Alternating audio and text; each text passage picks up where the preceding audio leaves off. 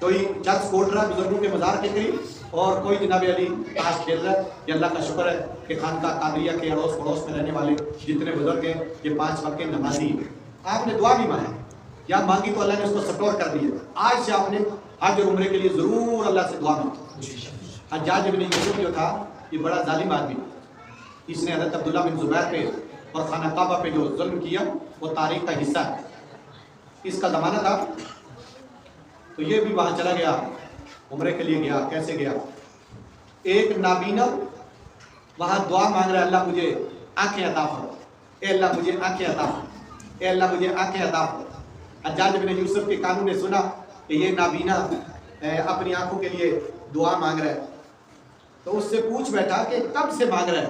اس نے کہا جی کب سے مانگ رہا ہوں مگر دعا قبول نہیں ہوتی۔ حجاج بن یوسف نے اس کو کہا کہ کل 6 بجے تک تیرے پاس وقت ہے، کل 6 بجے تک تیرے پاس وقت ہے، اگر تجھے آنکھیں مل گئی تو ٹھیک ہے، ورنہ بس کل 6 بجے کے بعد تیری گردن اڑا دوں۔ وہ ظالم آدمی تھا، وہ جو منہ سے بات کرتا تھا وہ بری کرتا تھا، اور گردنیں اڑانا تو اس کے بائیں ہاتھ کا کھیل تھا، وہ لگا اڑانی ہے تو اڑا دیتا۔ اب یہ نابینا اللہ کے سامنے صحیح خلوص کے ساتھ دعا مانگ لی، صحیح خلوص کے ساتھ دعا مانگ لی۔ کل 6 سے پہلے اللہ تعالیٰ نے اس کو آنکھیں عطا فرمائی۔ یہ تبلیغی جماعت والے جب بیرون ملک جاتے ہیں تو ان کا تفقد ہونے سے پہلے بزرگ انہیں کہتے ہیں کہ جی اللہ سے منظور کرا دو، کسی کے پاس پیسے نہیں ہوتے اللہ سے منظور کرا دو، تو یہ جناب نفلوں پہ جڑ جاتے ہیں۔ اللہ کے دیکھ لو، اللہ تعالیٰ غیب سے انتظام کر دیتا ہے۔ بھائی کو اللہ نے تھیلی اوپر سے جبریل کے ذریعے تو مور لگا کے نہیں بھیجنی، sending from your god from sky, یہ نہیں لکھا ہوتا۔ کسی بندے نے آج تک جبریل کو آتے نہیں دیکھا، حضور نے بھی دیکھا تو گنتی کے چند مقامات، کہیں جبریل آٹے کے تھیلے لاتا کسی کو نظر نہ آئے، ڈالر دینار درہم لاتے جبریل کو کسی نے نہ دیکھا۔ یہ اللہ کا نظام ادھر ہی حرکت میں آتا ہے، بھائی اللہ کا نظام ادھر ہی حرکت میں آتا ہے۔ اللہ کی مدد آئی بدر والوں پہ، فرشتے دکھائی دیے زمین سے آسمان کا۔ یہ اکا دکا اس طرح کا واقعہ ہے، مگر اس کا غیبی نظام حرکت میں آتا ہے۔ اللہ کرتا ہے ادھر ہی ہمارے اندر، ادھر ہی ہماری ترتیب پہ کرتی ہے۔ اس سے میرے بھائیوں بزرگوں دوست تقوی اختیار کیا جائے، اور جو لوگ تقوی اختیار کرتے ہیں یہ جس طرح میں یاد کیا کہ خصوصی توجہ کے ساتھ ابھی مولانا بیان کر رہے ہیں ایاز، فضیل ابن ایاز، ٹھیک نام لے رہا ہوں، یہ کیا تھی؟ یہ ڈاکوؤں کے سردار، فضیل ابن ایاز ڈاکوؤں کے سردار تھے، مگر اللہ کی طرف رجوع کیا، اور ابراہیم بن ادم کے پیر و مرشد تھے، اللہ کی طرف رجوع کیا، اللہ تعالیٰ نے توبہ قبول کی، کتنے بڑے ولی بن گئے۔ اور امام آدم ابو حنیفہ رحمہ اللہ کے فقہ لکھنے والے جو 20 جید لوگ تھے ان میں فضیل ابن ایاز کا ذکر ہے۔ حضرت بشر حافی یہ شرابی آدمی تھے، شرابی آدمی شراب خانے میں دکھائی دیتے تھے، مگر آہ نکلی سر اور اللہ کی بارگاہ میں جھک گئے، توبہ کی۔ اللہ نے بشر حافی کو وہ مقام عطا فرمایا کہ اللہ نے چرند پرند کو حکم دے دیا کہ اے چرند پرند جس جگہ پہ بشر حافی کا قدم آئے تمہاری لید اور گوبر اور پیٹھے تمہاری ماں نہیں پڑنی۔ حضرت حبیب عجمی یہ سود خور تھے، سود خور، اللہ تعالیٰ نے حضرت حسن بصری کے ہاتھ کے اوپر بیعت کرنے کی توفیق عطا فرمائی، اور حبیب عجمی کا بڑے بڑے ولیوں کے اندر نام ہے۔ تو میرے بھائیو بزرگوں اور دوستوں، اس تقوی والی زندگی کو اختیار کرنا ہے اور اللہ والوں کے ساتھ تعلق جوڑنا ہے اور سچی توبہ کرنی ہے کہ اللہ ہمارے پچھلے معاف کر دے، آئندہ ہم سب کو بچا لے۔ سب سچے دل سے کہیں اے اللہ ہمارے پچھلے سارے گناہ معاف فرما، اے اللہ ہم سچی توبہ کرتے ہیں، یا اللہ رمضان کا مہینہ، یا اللہ ہماری توبہ قبول فرما، یا اللہ میں نیکی کی توفیق عطا فرما، یا اللہ میں سیدھے راستے پر چلنے کی توفیق عطا فرما۔ سبحان اللہ۔